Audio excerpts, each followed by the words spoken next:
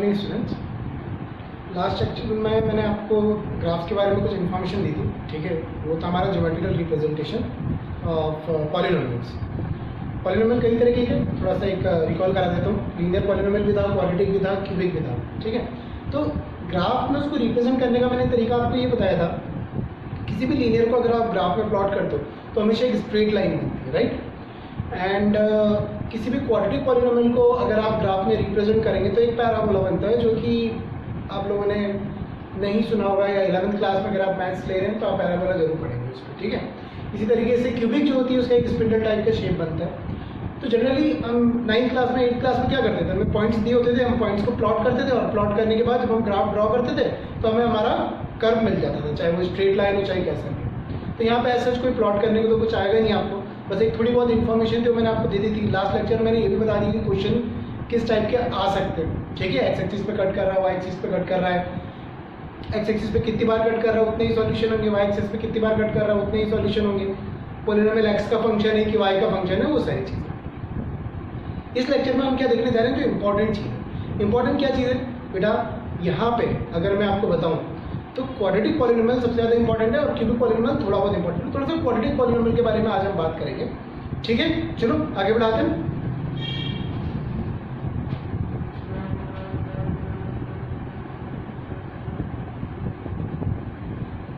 Quadratic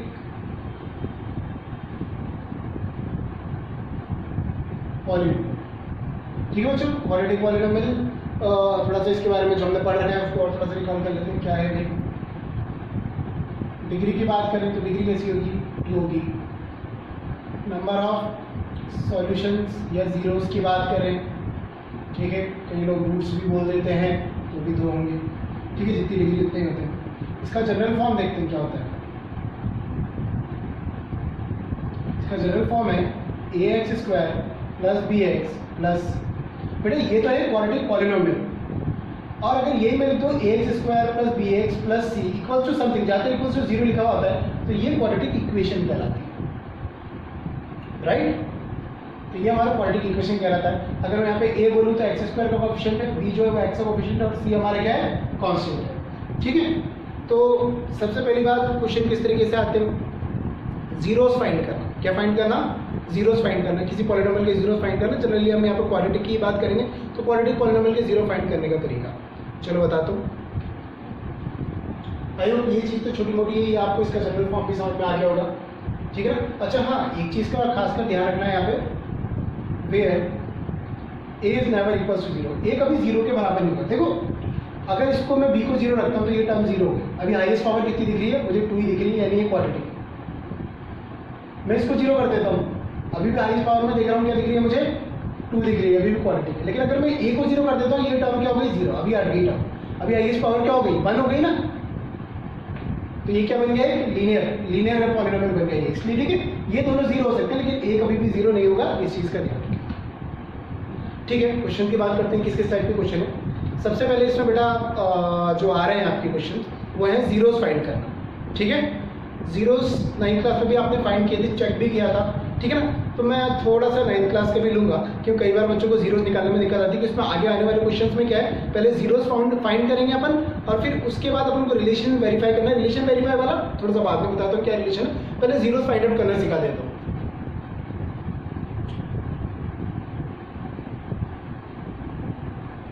how to found zeros, कैसे निकालना है। सबसे पहला तरीका ये है कि कोई भी पॉलीमॉल दे रखा है तो उसके इक्वल टू 0 करो, ठीक है। यहाँ पे 2 तरीके से आपके 0 निकलेंगे बेटा, by taking common, by MTS हम बोलते थे मिडिल टर्म स्प्लिटिंग को, ठीक है। दोनों का एक एग्जाम्पल मैं देता हूँ समझाने के लिए कि जीरोस कैसे निकालना। मुझे एक एग्जाम्पल याद आ रहा है, देखते हैं। बाय टेकिंग कॉमन वाले का एक एग्जाम्पल देखते हैं, ठीक है। u² + 5u तक मुझे इसके जीरोस निकालने हैं, तो क्वाड्रेटिक है ना। मैंने बताया था जीरो निकालने के लिए आप क्या करते हैं, इक्वल टू 0 करते हैं। यहाँ से u कॉमन आ गया, u कॉमन आते अंदर बच गया 1, u + 5 = 2। आइदर दिस u = 0 और दिस u = 0, तो ऐसा भी देते हैं। और u प्लस 5 इक्वल्स टू 0। तो यहाँ से u का वैल्यू मेरा कितना आ गया -5। देखो मैंने बताया था ये क्वाड्रेटिक इक्वेशन है। क्या बताया था? ये क्वाड्रेटिक इक्वेशन। ठीक है, सॉरी। तो यहाँ पे क्वाड्रेटिक इक्वेशन के कितने जीरो आने चाहिए? दो जीरो आ गए। तो u 0 आ रहा है और q क्या आ रहा है -5। तो यहाँ पे मैंने क्या कॉमन लेके और इसको फिर 0 के बराबर किया। उसके बाद मिडिल टर्म स्प्लिटिंग। बड़ा मिडिल टर्म स्प्लिटिंग तो हमने इतना कर रखा है कि क्या करें, तो बहुत ईजी सा हो गया है। मतलब ऐसा लगता है कि हाँ हो जाएगा, कोई दिक्कत नहीं। ठीक है, तो एक सिंपल सा एग्जाम्पल इसका भी ले लें। मिडिल टर्म स्प्लिटिंग का थोड़ा सा इधर लिख रहा हूँ मैं। x² plus 4x plus 4 simple वाला लेते हैं। अगर मुझे निकालना है इसकी जीरो तो मैं इक्वल टू 0 करूँगा, फिर इसका मिडिल टर्म करने वाला हूँ मैं। बहुत सिंपल सा एग्जाम्पल। इनमें से x कॉमन आ रहा है तो x प्लस 2, इन दोनों में से प्लस 2 कॉमन आ रहा है तो x प्लस 2, दोनों में से x प्लस 2 कॉमन आ गया, इधर भी x प्लस 2 बच गया। आइदर दिस इक्वल्स टू 0 और दिस इक्वल टू 0, दोनों ही करेंगे तो आंसर क्या आएगा? -2 ही आएगा। अब सब बोलेंगे सर एक ही तो आंसर आया। मैं बोल रहा हूँ एक नहीं आया बेटा, दो आंसर आए, लेकिन दोनों इक्वल हैं, दोनों -2 आ रहे हैं। अगर मैं इसको दो बार लिख देता तो क्या आता? इसका भी -2 आता, उसका भी -2 आता, यानी यहाँ पे दोनों आंसर सेम है और दो ही आंसर आएंगे। ठीक है ना? क्लियर हो गई है बेटा? तो ये एक छोटा सा तरीका था जीरोस निकालने का। इसके आगे हम लोग देखते हैं अभी। ठीक है, तो मैंने आपको बोला था कि कोई भी क्वाड्रेटिक पॉलीनॉमियल होगा तो उसके कितने जीरोस होने वाले हैं? उसके 2 जीरोस होने वाले हैं। तो यहाँ पे वापस से पॉलीनॉमियल लिखने जा रहा हूँ अपना। ax² plus bx plus c मेरा पॉलीनॉमियल हो गया। Like 2 of its zeros are alpha and beta. तो ये तो मेरा पॉलीनॉमियल हो गया। ये उसके 2 जीरोस मान लिए मैंने, अल्फा और बीटा। ये इसके कोफिशिएंट्स हैं, कांस्टेंट है और ये जीरोस है। तो इनके बीच में एक रिलेशन देखने वाले हैं भैया। तो हमारा नेक्स्ट टॉपिक क्या रहेगा? Relation between zeros and coefficients. Relation between zeros and coefficients. देखो इस फॉर्मूले में सी भी यूज होगा। फिर तुम बोलोगे कि सर ये कोफिशिएंट तो नहीं है। सर ये कोफिशिएंट नहीं है तो कांस्टेंट है। तो मैं क्या थोड़ा सा चीजों में घुस जाता हूँ, समझा भी सकता हूँ। यहाँ पे कुछ नहीं है तो इंटू 1 लिख सकते हैं, कोई फर्क नहीं पड़ने वाला। 1 को आप x की पावर 0 लिख सकते हो। तो अब हो गया ना x की पावर 0 का कोफिशिएंट ये, हाँ कि ना?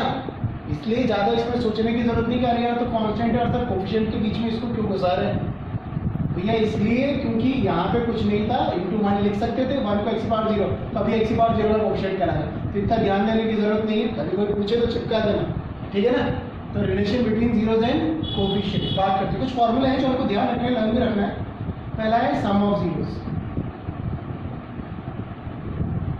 यह आपका होता है minus coefficient of x upon coefficient of x²। बेटा पॉलीनॉमियल x में चल रहा है इसलिए x लिखा। अगर यहाँ y में चल रहा होता तो y लिखता, z में चल रहा तो z लिखता, t में चल रहा होता तो t लिखता। ठीक है, इतना तो अंडरस्टूड है। तो सम ऑफ जीरोस तो हो गया आपका alpha plus beta minus coefficient of x, यानी माइनस x का कोफिशिएंट कौन है? b upon coefficient of x² क्या है? a। ठीक है, तो ये ध्यान रखें, ये भी ध्यान रखें, ये भी ध्यान रखें, दोनों इंपॉर्टेंट। तो पहला रिलेशन तो ये हो गया और दूसरा रिलेशन हमारा है प्रोडक्ट ऑफ जीरोस। ठीक है, ये होता है constant term upon coefficient of x²। Product of zeros यानी alpha into beta. Constant term की बात करें तो c और x² का कोफिशिएंट की बात करें तो a। तो ये एक और हमारा फॉर्मूला बन गया और ये दो हमारे रिलेशन है। क्वेश्चन जो आता है इसमें फर्स्ट टाइप का क्वेश्चन क्या है, उसमें यही है कि पहले हम लोग को क्या करने का है? पहले हम लोग जीरोस फाइंड आउट करेंगे। थोड़ा सा लेंथी अगर क्वेश्चन आता है तो ठीक है। फिर जीरोस फाइंड करने के बाद उसके रिलेशन को हम वेरीफाई भी करके दिखाएंगे। ठीक है, जीरोस निकालने के बाद उसके रिलेशन को वेरीफाई करके दिखाएंगे। मैं एक क्वेश्चन लेता हूँ, एक एग्जाम्पल, और उससे फिर आपको ये क्वेश्चन पूरा करके मैं बताता हूँ आज। ठीक है, चलो ठीक है बच्चों, तो ये एक एग्जाम्पल है, इसको लेते हैं हम। ठीक है, यहाँ पे पॉलीनॉमियल दे रखा है, ये उसका मेरे को जीरोस निकालने के लिए बोला गया और रिलेशन वेरीफाई करने के लिए बोला गया। किसी भी पॉलिनोमियल का जीरो निकालने के लिए दो तरीके बताए थे, एक कॉमन लेंगे और दूसरा मिडिल टर्म स्प्लिटिंग। यहाँ पे मिडिल टर्म स्प्लिटिंग हो रहा है, ठीक है, जीरो निकालने के लिए इक्वल टू जीरो कर दूँ। चलो मिडिल टर्म स्प्लिटिंग करा दूँ। एक्स स्क्वायर प्लस 7 को मुझे दो पार्ट में तोड़ना है, ठीक है, तो और यहाँ 10 भी लेके आना है। बहुत से बच्चों को मिडिल टर्म स्प्लिटिंग नहीं पता होगी, तो चलो देख लेते हैं। यहाँ पे इन दोनों का मल्टीप्लाई क्या करो, इन दोनों का एक्सट्रीम्स में कर दिया। यहाँ से न्यूमेरिक वैल्यू उठाओ, इसका प्राइम फैक्टराइजेशन करो, एलसीएम मत बोलना, प्राइम फैक्टराइजेशन कर रहा हूँ। 2 5 10 3 5, ठीक है, तो 2 मिल गए मुझे, 5 और 2, तो 5 और 2 को ऐड करने पे 7 बनता है, कोई दिक्कत नहीं। 5x और 2x, दोनों को मल्टीप्लाई करो तो 10x स्क्वायर आ भी जाएगा आपका। इन दोनों में से कॉमन लेते हैं x, अंदर बच गया x प्लस 5, इन दोनों में से प्लस 2 कॉमन आ रहा बच्चा, तो बच गया x प्लस 5 इक्वल्स टू 0। दोनों में से x प्लस 5 कॉमन ले रहा हूँ, अंदर बच गया x plus 2 equals to either this equals to 0 और दिस इक्वल्स टू 0। यहाँ से x का वैल्यू आ गया -5, यहाँ से x का वैल्यू -2, तो मेरे पास दो जीरोस आ गए, एक -5 और एक -2। एक को मैं अल्फा सपोज कर रहा हूँ और दूसरे को मैं बीटा सपोज कर रहा हूँ, ठीक है। ये तो मैंने जीरोस निकाले। अब हम करेंगे इनको वेरीफाई, इन जीरोस को वेरीफाई करेंगे। देखिए, सबसे पहले हमारा सम ऑफ जीरोस था, वेरिफिकेशन सम ऑफ जीरोस। यहाँ हम लिखते थे sum of zeros minus coefficient of x यानी -b/a चलता था फॉर्मूले के अकॉर्डिंग, ठीक है। अल्फा की जगह -5 प्लस, ये मुझे करना है बेटा, तो मैं एक काम करता हूँ ना, वेरिफिकेशन करना है तो LHS इक्वल टू RHS लाना पड़ेगा। मैं पहले इक्वल टू लेके चलूंगा तो इसका मतलब वेरीफाई हो रखा है, ठीक है ना, मुझे तो प्रूफ करके बताना है ना। तो मैंने बीच में ऐसे लाइन बना दी है, ये तो आ गया मेरा -12, सॉरी मैंने यहाँ पे गलत लिखा, it is -2,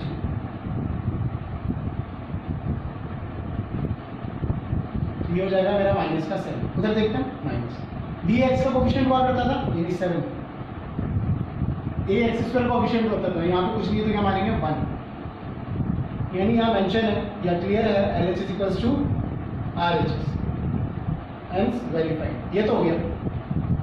product of zeros भी देख लें, ठीक है। यहाँ चलता था alpha into beta, constant term upon coefficient of x square चला करता था। यहाँ पे अल्फा की जगह मेरे पास है -5, अब गलती नहीं करेंगे, बीटा की जगह -2, माइनस प्लस 5 + 10। कोएफिशिएंट कितना है हमारे यहाँ पे 10 और a कितना है 1, कुछ नहीं है तो 1 सपोज करते हैं, आंसर आ गया 10। यहाँ पे आ गया LHS इक्वल्स टू RHS। तो इस तरीके से बेटा क्वेश्चन को हम क्या करते हैं, रिलेशंस को वेरीफाई करते हैं। बहुत इजी है, कोई ऐसा डिफिकल्ट टास्क नहीं है। और अगर बोले अपन तो बेसिक में तो आ सकता है और उसमें आने के चांसेस थोड़े से स्टैंडर्ड में कम है, ठीक है। Of the given polynomial and verify the relation, ठीक है, बिटवीन जीरोस एंड कोएफिशिएंट। तो इसका जीरोस कैसे निकालेंगे, ये दे रखा होगा ऐसे पॉलिनोमियल, कोई भी जीरो निकालेंगे इक्वल टू 0 किया, स्क्वायर हटाया तो इधर 3, सॉरी माइनस इधर जाके प्लस का 3, स्क्वायर हटाया तो इधर क्या लगेगा, बच्चा यही छोड़ता है। बहुत से बच्चों को ये चीज़ नहीं पता कि जब भी स्क्वायर रूट लगता है तो प्लस माइनस दोनों का होता है। तो इस तरीके से मेरे को x मिला प्लस का √3 और x एक बार मिला मुझे माइनस का √3, तो मेरे दो जीरोस आ गए, अल्फा तो आ गया प्लस का और बीटा किसका आ गया, ये माइनस का, ठीक है बेटा। इस चीज़ का ध्यान रखना। अभी नहीं, सिर्फ इस क्वेश्चन में नहीं, आगे आने में जब भी 10th 11th 12 जब भी अभी आप कभी भी मैथ्स की बात करेंगे, मैथ्स को आगे करेंगे, तो जब भी स्क्वायर हटाते हैं तो सामने वाले पे हमेशा प्लस माइनस का साइन जरूर लगाएं। उसका रीज़न नहीं होता बेटा, क्योंकि √3 का अगर मैं स्क्वायर करूँगा ना तो मुझे 3 मिलेगा और -√3 का मैं स्क्वायर करूँगा तब भी मुझे 3 मिलेगा। तो इसका जब उल्टा चलेंगे तो इधर से 3 का जब अंडर रूट लगाएंगे तो +√3 भी मिल सकता है और -√3 भी मिल सकता है। तो इस चीज़ का ध्यान रखें, ठीक है। चलो आगे एक टॉपिक है उसकी बात करते हैं।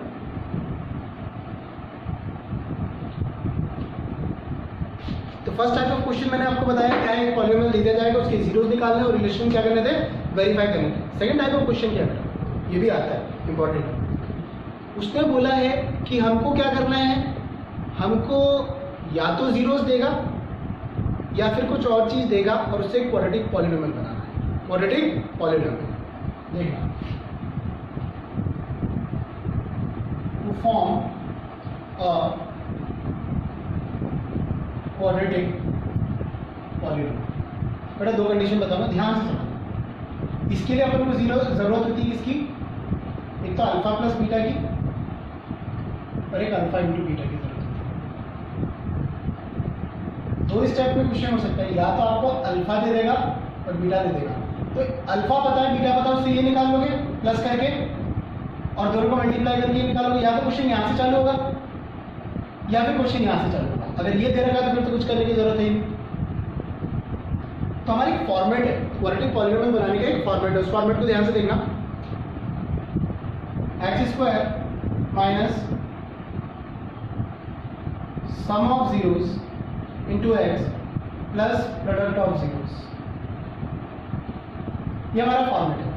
बच्चों एक चीज का ध्यान रखें, अगर क्वाड्रेटिक पॉलीनोमियल बोल रहा है तो इतना ही छोड़ दें, इक्वल टू मत लगाना। अगर क्वाड्रेटिक इक्वेशन बोल रहा है तो यहाँ इक्वल टू करने का लगेगा 0। बेटा इसको मैं थोड़ा सा और सिंप्लीफाई करके आपको बताता हूँ। एक चीज का जरूर ध्यान रखना, मैं बता देता हूँ आपको क्या। इसका आगे आप बाहर एक के जरूर लगाना, के यानी कांस्टेंट और कोएफिशिएंट। मैं बताऊंगा ये क्यों क्वेश्चंस में, जब क्वेश्चन आएगा तब बताऊंगा कि ये काम हम क्यों करते हैं।